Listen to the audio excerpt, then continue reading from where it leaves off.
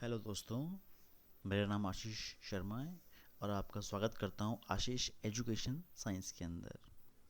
चलिए, आज हम बड़ा ही इम्पोर्टेंट एक चैप्टर है वो डिस्कस करेंगे। सीबीएसई साइंस क्लास 9 का the fundamental unit of life. ठीक है, बेसिकली ये इसका स्ट्रक्चर है। ठीक है, इसके अंदर एक बीच में न्यूक्लियस है, राइबोसोम है, माइटोकॉन्ड्रिया है, गोल्जी बॉडी है, लाइसोसोम है एंड प्लाज्मा मेम्ब्रेन है। चलिए, इसका फर्स्ट हम इंट्रो देख लेते हैं एक बार।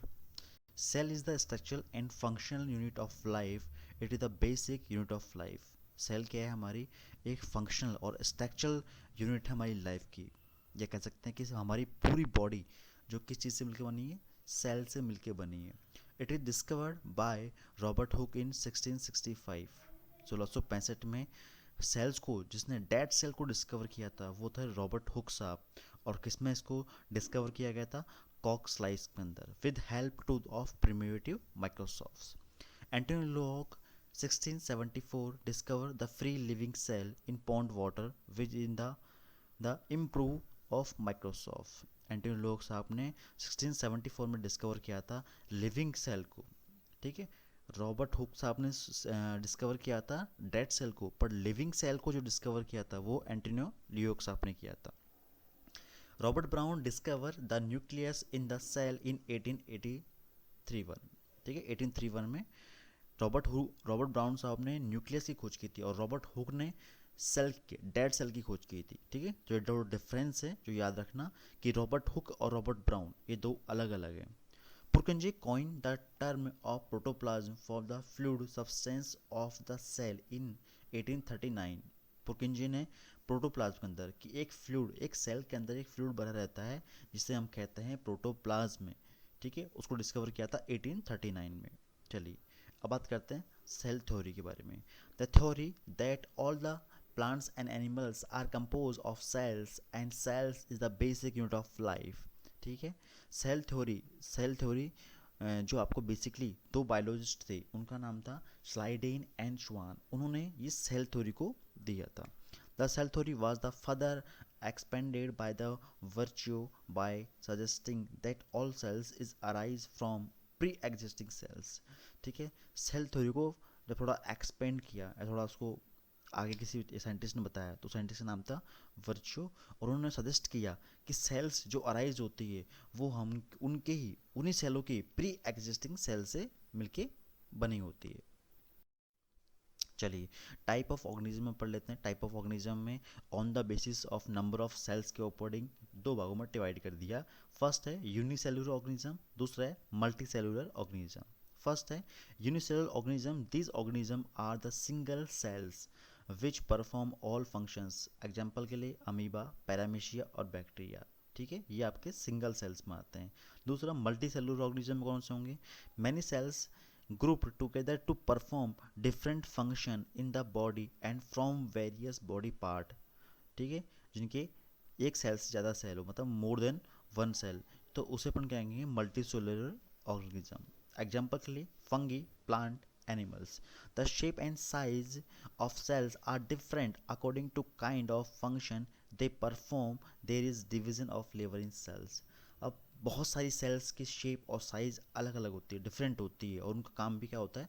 बटा हुआ होता है, डिवीजन में होता है, अलग अलग काम होता है। ठीक है, each cells had the certain kind of the cell organelle to perform different type of functions like mitochondria for respiration।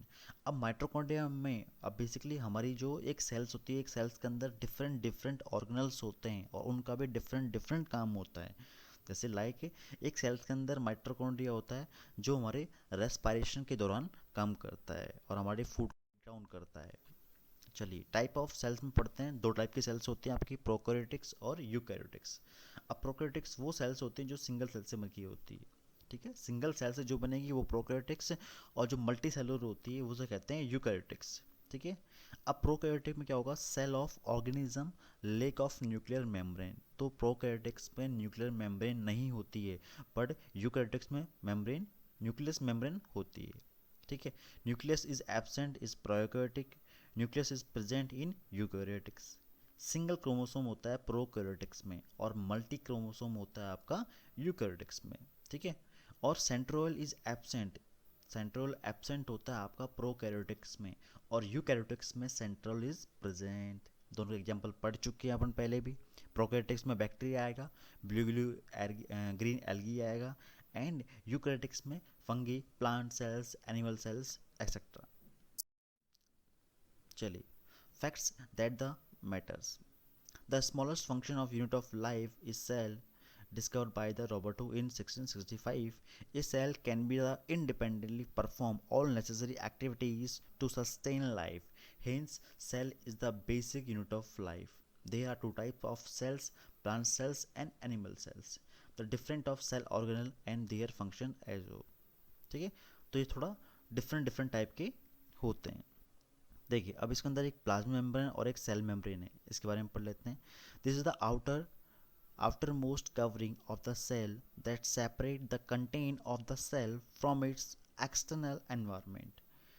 जो प्लाज्मा मेम्ब्रेन और सेल मेम्ब्रेन होती है, ये क्या करती है? कवरिंग करती है या उसको सेपरेट करने का काम करती है किसी और सेल से।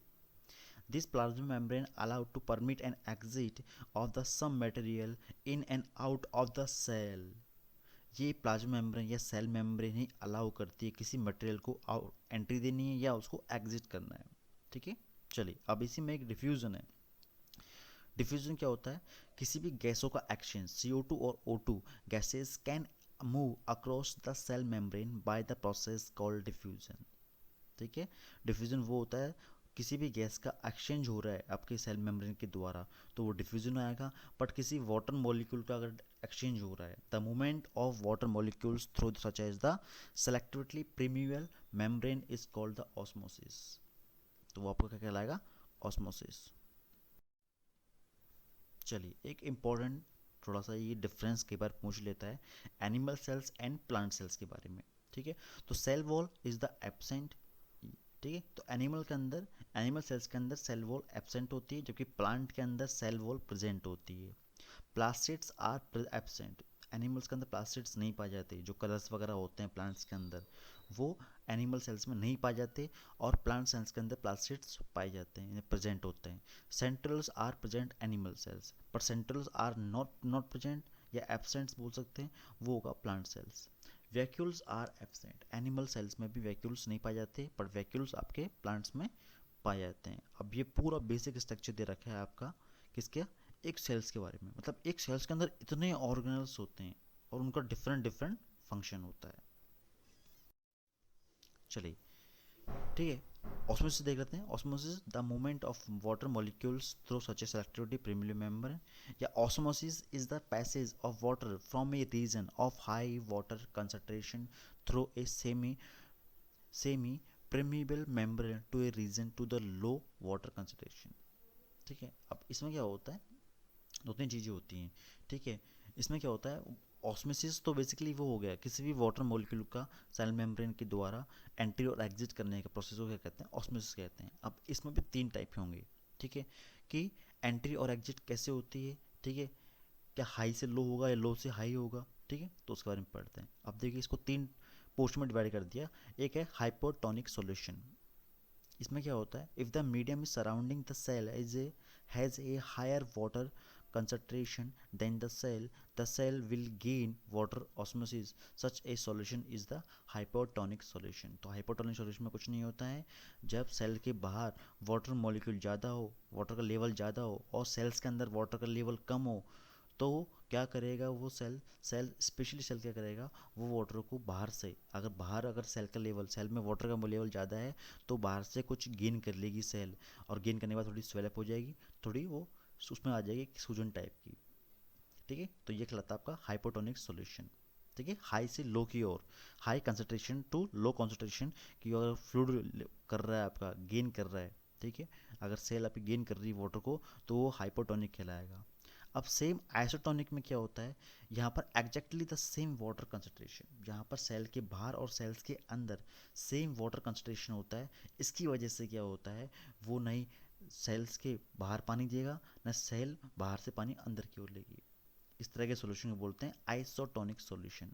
Next is hypertonic solution.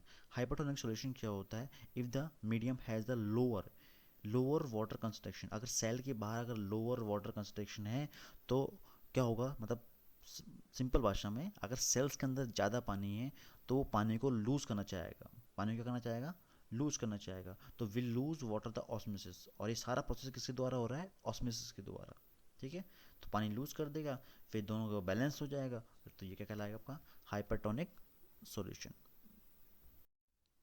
ठीक है। ये बेसिकली ये 3 फिगर हैं, ठीक है, हाइपरटोनिक, आइसोटोनिक एंड हाइपरटोनिक। चलिए देखिए सेल वॉल क्या होती है, ठीक है, ठीक है। बेसिकली सेल वॉल पाई जाती है अभी प्लांट में, हम पहले डिस्कस कर चुके हैं जब डिफरेंस पढ़ रहे थे हम एनिमल सेल और सेल वॉल का, ठीक है। देखिए plant cells in addition to the plasma membrane have the another rigid outer covering called is the cell wall. Plant cells में जो एक एडिशन मतलब एक प्लाज्मा मेम्ब्रेन के ऊपर एक क्या होता है, एक रिजिड आउटर कवरिंग एक होता है, ठीक है, जिसे कहते हैं अपन सेल वॉल, ये बेसिकली प्लांट में पाया जाता है। The cell wall lies outside the plasma membrane and the plant cells is the mainly composed of cellulose। जो प्लाज्मा मेम्ब्रेन होती है, ठीक है, या सेल वॉल होती है, तो सेल वॉल किसी प्लांट में बेसिकली सेलुलोज से मिलकर बनी होती है। तो बड़ा इंपॉर्टेंट क्वेश्चन है कि प्लांट की सेल वॉल किससे मिलकर बनी होती है, तो वो सेलुलोज से मिलकर बनी होती है। It is the complex substance and provide of the structural strength to the plant cells, और ये प्लांट को स्ट्रक्चरल स्ट्रेंथ प्रोवाइड करवाता है, कौन सी, cell wall. When a living plant lose water through the osmosis, there is shrinkage and contraction of the content of the cell away from the cell। मतलब cell wall से जब वो contact होके osmosis के द्वारा पानी को लूज कर दे तो थोड़ी सी क्या होती है, सेल वॉल से थोड़ी दूर हो जाती है। इसी फिनोमेना को कहते हैं अपन प्लाज्मोसिस। सेकेंड इज अपना न्यूक्लियस या brain of cells. The nucleus has a double layer covering called the nuclear membrane। The nucleus membrane has the pore which allow the transfer of material from inside the nucleus to the outside, ठीक है, that is the cytoplasm। तो nucleus को क्या कहते हैं अपन, brain of cells. The nucleus contain the chromosome which are visible as rod shaped structure only when the cell is about to divide। Contain information is the inheritance to feature from the parents to next generation in the DNA। Chromosome basically क्या है, हमारे DNA के अंदर जो DNA बना होता है वो क्रोमोसोम से मिलकर बना होता है, ठीक है। डीएनए की फुल फॉर्म देख लेते हैं, डीऑक्सी राइबोज न्यूक्लिक एसिड, ठीक है। Chromosome are compose of DNA and protein. Basically जो क्रोमोसोम बना होता है वो आपका डीएनए और प्रोटीन इन दोनों से मिलकर बना होता है। Functional segment of DNA are called gene, ठीक है। क्रोमोसोम जो डीएनए और प्रोटीन से मिलकर बना, उसके बाद जो बेसिकली वो दोनों से मिलकर जो क्रोमोसोम बना है, ठीक है, उस क्रोमोसोम के अंदर जो बेसिक छोटे छोटे पार्टिकल्स होते हैं उन्हें हमें जीन कहते हैं। The nucleus play a central role in the cellular of reproduction, और ये हमारे बेसिकली हमारे रिप्रोडक्शन के टाइम पे ये जीन्स ट्रांसफ़र होते हैं पेरेंट्स से बच्चे में। चलिए अब बात कर लेते हैं प्रोकैरियोटिक सेल्स के बारे में, ठीक है। प्रोकैरियोटिक सेल्स वो सेल्स होती हैं जो बेसिकली सिंगल सेल से मिलकर बनी होती है। In some organism like bacteria the nuclear material is not enclose by the nuclear membrane and membrane bound cells organelle are absents, ठीक है। तो इनके ऊपर एक सेल मेम्ब्रेन क्या होती है, एब्सेंट होती है प्रोकैरियोटिक सेल्स के अंदर, क्योंकि ये सिंगल सेल से मिलकर बने होते हैं। Such nucleus is called of the nucleoid and such cell are known as the prokaryotic cells। इसलिए इन्हें क्या कहते हैं, प्रोकैरियोटिक सेल्स कहते हैं, क्योंकि इसके अंदर न्यूक्लियस भी प्रेजेंट नहीं होता है। जब सेल वॉल ही नहीं है तो न्यूक्लियस कैसे बनेगा। Such cells have a single chromosome, और इनके अंदर जो पाया जाता है वो सिंगल क्रोमोसोम पाया जाता है। चलिए अब नेक्स्ट पढ़ते हैं अपन eukaryotic cells. Cells having well defined nucleus and having membrane bound cell organelle is termed as the eukaryotic cells। Such cells have more than one chromosome। तो यूकैरियोटिक्स में वो वैसे ऑर्गेनिज्म आएंगे जिनके अंदर एक से ज़्यादा सेल्स होंगे या क्रोमोसोम एक से ज़्यादा होंगे, उसके अंदर न्यूक्लियस मेम्ब्रेन भी होगी और उसके अंदर न्यूक्लियस भी डेवलप होगा, ठीक है। चलिए cytoplasm. The cytoplasm is the fluid contained inside the plasma membrane। Cytoplasm क्या होता है, एक फ्लूइड कंटेन होता है जो कहाँ होता है, प्लाज्मा मेम्ब्रेन के होता है. It is also contain of many species cell organ. Each of this organelles is perform a specify function of the cell.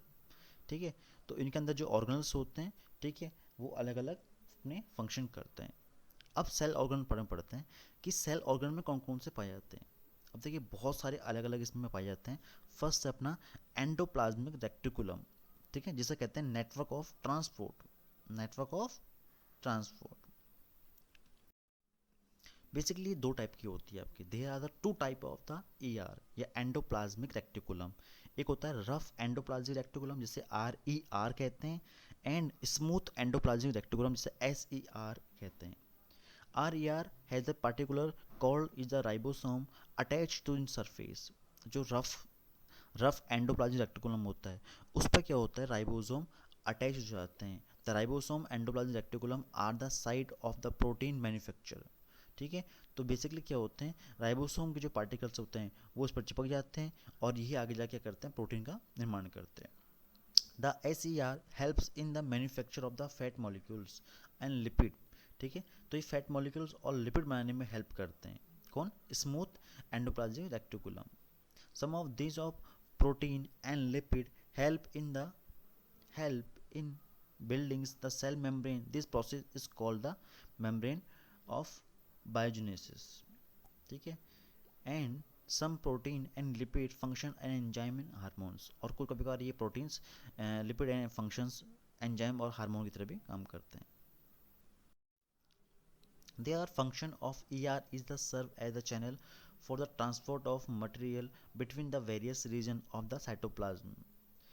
Generally जो एंडोप्लाज्मिक रेक्टिकुलम होता है ये सर्व करता है as a channel for transport material को transfer करने के लिए काम करता है.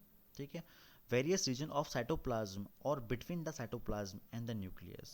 ठीक है, साइटोप्लाज्म के बाहर न्यूक्लियस के बीच में जो ट्रांसफर करने का काम करता है वही आपका ये ER ही करता है. ER also as the cytoplasmic framework provide a surface from the some of the biochemical activities of the cell. चलिए नेक्स्ट इज गोल्जी apparatus. ठीक है, ये पैकेजिंग का काम करता है. The Golgi apparatus first describe by the Camillo Golgi. Camillo Golgi apparatus को जिसने फर्स्ट ने डिस्क्राइब किया वो है कैमिलो गोल्जी, या जिसने इसको डिस्कवर किया. Consist of A system of A membrane bound of vesicle arrange is approximate. ठीक है, जनरली का सिस्टम जो होता है ये थोड़ा बाउंडेड होता है. ठीक है, एक अरेंज होता है, पैरेलल होता है, इसका स्ट्रक्चर कुछ parallel to each other in the stack called the systems. The material synthesis near the ER is packaging and of dispatch. इसका मेन काम होता है कि किसी भी मटेरियल को जो ER ने हमें एक मटेरियल तैयार करके दिया है, एंडोप्लाज्मिक रेक्टिकुलम ने कोई एक पैकेज बना के दिया है, उस पैकेज को पैकेज करना मतलब बनाना, उसको रेडी करना एंड उसको डिस्पैच करना to the various of target inside and outside the cell. Cells के अंदर और सेल्स के बाहर भी. तो बेसिकली इसका काम क्या है, ट्रांसपोर्ट करना. It's is function include of storage of, ये स्टोरेज भी करता है, मॉडिफिकेशन भी करता है, पैकेज भी करता है, product in vesicles. In some cases is complex sugar may be made from the simple sugar in the Golgi apparatus. ये कभी कभार कॉम्प्लेक्स शुगर को भी क्या करता है, ये सिंपल शुगर में तोड़ने काम करता है. It is also involve in the formation of ribosome. पढ़ी कर पाता है लाइबोसोम की हेल्थ से. चलिए, लाइसोसोम्स इसे कहते हैं सुसाइडल बैग. ठीक है, या cleanness of the cell. Lysosome are a kind of waste dispose and disposal system of the cells. ठीक है, ये डिस्पेज करता है या डिस्पोजल करता है या वेस्ट प्रोडक्ट को बाहर निकालने का काम करता है. Lysosome help to keep the cell clean by of the digesting and foraging material as well worn out the cell organelles. ठीक है, जो अनडाइजेस्ट फूड या जो डाइजेस्टिव फूड में जो भी कुछ चीज़ें हैं उसको क्लीन करने का काम करता है. Foreign material is entering the cell such as the bacteria, food as well as the old organelles. मान लीजिए किसी खाने के साथ में कुछ बैक्टीरिया आ गए तो उन बैक्टीरिया क्या करेगा, ये and up in the lysosome and which break them into the small pieces. उसको स्मॉल पीसेस में डिवाइड कर देगा. Then they able to do the because they contain is powerful digestive enzyme capable to breaking down all organic material. ठीक है, and under of the abnormal condition. ठीक है, तो कई बार क्या कर देता है, ये जो अनडाइजेस्टेड फूड या बैक्टीरियाज वगैरह के भी आ जाते हैं तो उनको ये साफ़ करने का काम करता है। पर कभी कभार ज़्यादा क्वांटिटी में आ जाएँ तो ये सेल्स एबनॉर्मली तरह काम करती है। मतलब ये सेल अंदर से फिर क्या होती है, डैमेज होना स्टार्ट हो जाती है।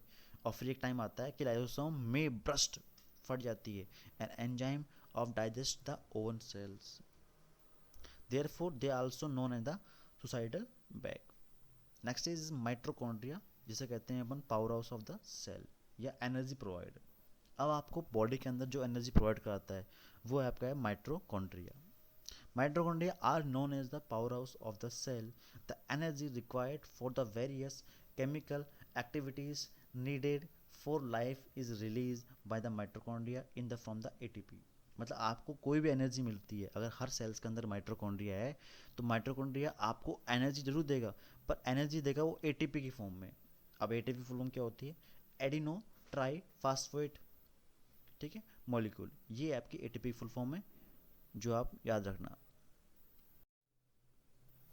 ATP is known as the energy currency of the cells. Mitochondria have two membranes covering the ingest of one. The outer membrane is the very porous and the inner membrane is the deeply folded. ठीक है, basically दो type, मतलब दो type से covering होती है इसकी। But important नहीं, इंपॉर्टेंट ये है कि ये एनर्जी का स्रोत है। आपकी बॉडी के अंदर जो एनर्जी प्रोवाइड कर रहा है वो आपका माइट्रोकॉन्ड्रिया करा रहा है, ठीक है, माइट्रोकॉन्ड्रिया करा रहा है। और उसके बाद ये आपके दो कवरिंग सेल से कवर्ड होता है और खाने का ब्रेकडाउन करता है, ठीक है। चलिए नेक्स्ट टॉपिक अपना plastids. Plastids are present in plant cells, मतलब प्लास्टिड्स आपका प्रेजेंट होता है केवल प्लांट सेल्स के अंदर। They are the two type of plastids. अभी आपके बेसिकली दो टाइप के होते हैं, एक होता है आपका क्रोमोप्लास्ट और एक होता है ल्यूकोप्लास्ट, ठीक है। जब भी प्लांट में आप देखते हो उसमें कोई भी कलर, फूल में देखते हो आप, फूल में अलग अलग कलर के होते हैं आपके, ठीक है। प्लांट की जो ग्रीन जो पत्तियां होती हैं वो किस वजह से होती हैं, तो जो कलर प्रोवाइड करने का काम करता है प्लांट में वो करता है chromoplast. Chromoplast are the coloured plastid present in the leave, उसकी पत्तियों में, एंड फ्लावर्स में, एंड फ्रूट्स के अंदर। Plastids contain are the pigment of the chlorophyll. Plastids के अंदर एक पिगमेंट होता है क्लोरोफिल, ठीक है, जिसे हम आगे क्या कहते हैं, chloroplast. They are the important of the photosynthesis in plant, और ये फोटोसिंथेसिस में भी क्या करता है, हेल्प करता है। Chloroplast all also contain is the various yellow and orange pigment in addition to the chlorophyll, ठीक है। इसके अंदर एक येलो कलर भी एक अरेंज होता है या येलो कलर भी एक्स्ट्रा होता है। Leucoplasts are the found is the primarily in organ in which materials such as the starch, oils and protein granule are stores, ठीक है। तो ल्यूकोप्लास्ट जनरली प्रोटीन को, स्टार्च को, इनको स्टोर करने का काम करता है। And the internal organism of the plastids consist of the numerous membrane layer of in the material called the stroma, ठीक है। स्ट्रोमा मतलब छोटे छोटे छेद, पोर होते हैं आपके हर लीफ के ऊपर। तो क्या करते हैं, ये भी जो भी फूड बना है, ठीक है, उस फूड मेम्ब्रेन मतलब उस न्यूमरस मेम्ब्रेन के ऊपर क्या करता है, लेयर के रूप में ये क्या कर लेता है, स्टोर कर लेता है। Plastids are similar to the mitochondria is the external structure. Plastids क्या है, इसी माइटोकॉन्ड्रिया का क्या है, एक्सटर्नल स्ट्रक्चर है, ठीक है, जो एनर्जी प्रोवाइड करता है। Plastids have their own DNA and ribosome, तो ये डीएनए और राइबोसोम से मिलकर बना होता है। चलिए लास्ट टॉपिक है अपना vacuoles. Vacuoles are the storage of sac of solids and liquid content, ठीक है। मतलब किसी भी सॉलिड और लिक्विड कंटेंट को एक सोखने का काम, एक स्टोर करने का काम जो करता है वो आपका वैक्यूल्स करता है। Vacuoles are the small size in animal cells with plant cells have very large, मतलब ये आपको एनिमल सेल्स में बहुत छोटे साइज़ के मिलेंगे, पर प्लांट सेल्स में ये आपको काफ़ी बड़े साइज़ के मिलेंगे। In plant cells vacuoles are full of the cell of sap and provide of turgidity and rigidity of the cell, ठीक है। और ये बेसिकली वैक्यूल्स क्या करते हैं, ये वैक्यूल्स आपके फूड को, आपके वाटर कंटेंट को स्टोर करने का काम करते हैं, और स्टोर होने के बाद यही प्लांट को रिजिडिटी प्रदान भी करते हैं, ठीक है। In amoeba and food vacuoles contain the food item that is the consume and of contract of vacuoles expel excess water and some wastage from the cells। इसी प्रकार अमीबा में जो होता है, अमीबा को जब फूड की रिक्वायरमेंट होती है तो अपनी वो सिंगल सेल का जो अमीबा है वो अपनी साइज को, शेप को क्या कर लेता है, चेंज कर लेता है, ठीक है। तो उसी से वो क्या करता है, कंज्यूम करता है, ठीक है, अपने आप को कॉन्ट्रैक्ट भी कर लेता है, श्रिंकेज भी कर लेता है, ठीक है। चलिए ये अपना लास्ट टॉपिक हो गया। चलो धन्यवाद आपका। वापस फिर से स्वागत करता हूँ मैं आपका आशीष एजुकेशन में। प्लीज़ अगर ये आप वीडियो आपको पसंद आए हो तो लाइक कीजिए, सब्सक्राइब कीजिए एंड कमेंट कीजिए। Okay, thank you.